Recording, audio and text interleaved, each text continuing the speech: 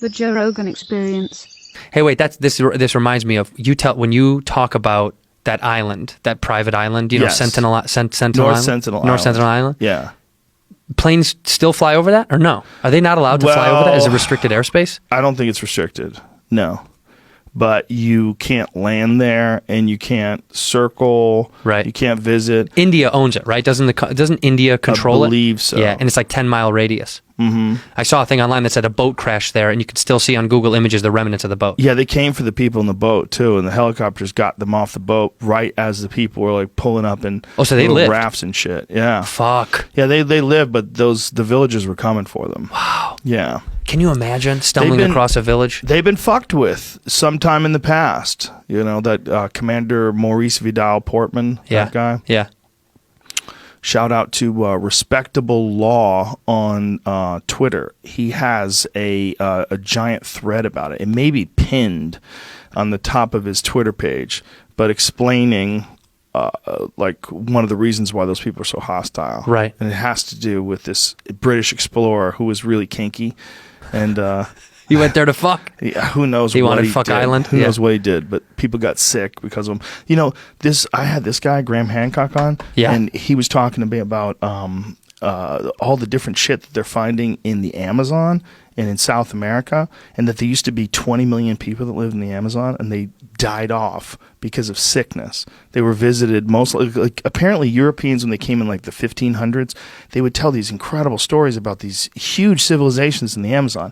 But then when explorers came back 200 years later, there was nothing there.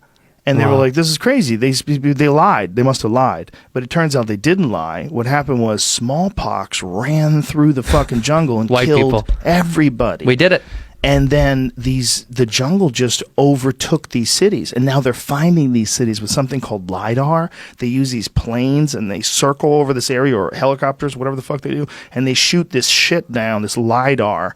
It's like laser radar. And it gives you a detailed image of what's below the surface and what's there. Shit. And it shows them all these crazy structures, all these like roadways and irrigation systems and circles inside of a square. Like, it was villages and cities, and millions of people probably lived there. Fuck. And look at it. That's all the stuff they're finding now. What? Yeah. And all of it was swallowed up by the jungle. They think within like 100 years, it just vanished in the jungle.